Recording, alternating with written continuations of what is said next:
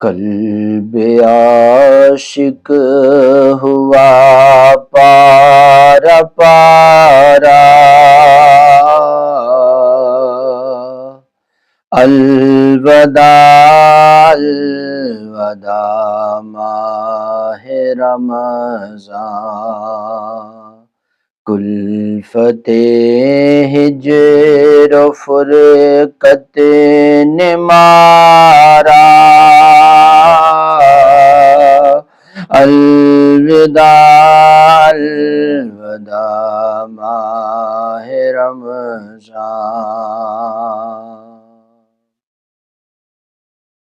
تیرے آنے سے دل خوش ہوا تھا، اور ذوق عبادت بڑا تھا، اب دل پہ ہے غم کا غلبہ، الوداع الوداع ماہ رمضان،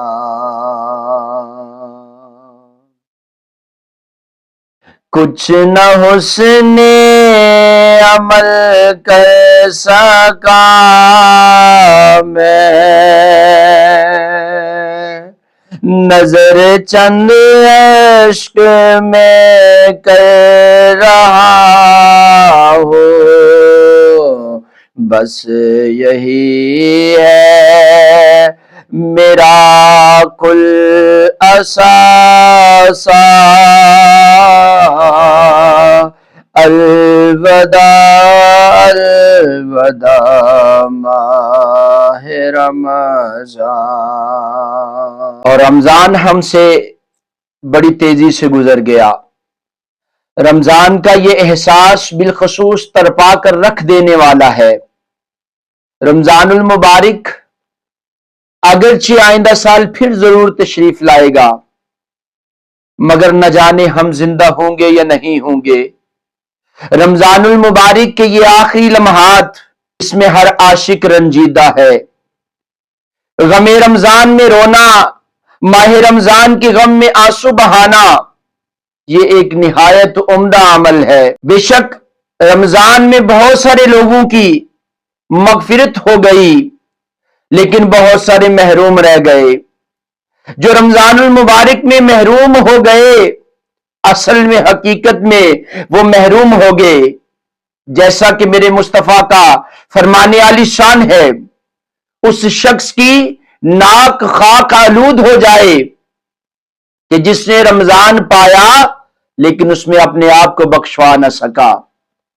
سامعین و حاضرین، افسوس، ہم جی چراتے رہے رب کی عبادت سے، ہم نے اس کو غفلتوں میں گزار دیا، ہم نے رمضان المبارک کو اس طرح نہ گزارا جس طرح گزارنے کا حق تھا۔ رمضان المبارک بڑی رحمتیں، بڑی برکتیں، بڑی رفعتیں لے کر آیا، لیکن ہم نے اس کو غفلت میں گزار دیا۔ آج سے تقریباً 625 سال پہلے مصر کے ایک صوفی بزرگ نے فرمایا تھا کہ اے لوگو، تم ماہ رمضان کی جدائی میں غمگین ہو جاؤ، کیونکہ یہ ایک ایسا موسم ہے جس میں تم بارش، رحمت اور دعا کی قبولیت کی سعادت پاتے ہو۔ لیکن افسوس، ہم نے اس کو گزار دیا غفلت کے اندر۔ جس میں رب کائنات کو راضی کرنا تھا وہ ہم نے ایسے ہی گزار دیا۔ بس یہی کہہ دوں کہ خالق کائنات جو عبادتیں ہوئیں اس کو اپنی بارگاہ میں قبول فرما، جو ہم سے غلطیاں، کوتاہیاں، کمی بیشیاں ہوئی، اپنے حبیب کا صدقہ درگزر فرما، ہمیں معاف فرما دے۔ یا رب العالمین، تیری بارگاہ میں خصوصی دعا کرتے ہیں، رحیم ہے، تو کریم ہے، تو غفور ہے، تو غفار ہے، تو ستار ہے، میرے مالک ہمارے گناہوں کو معاف فرما۔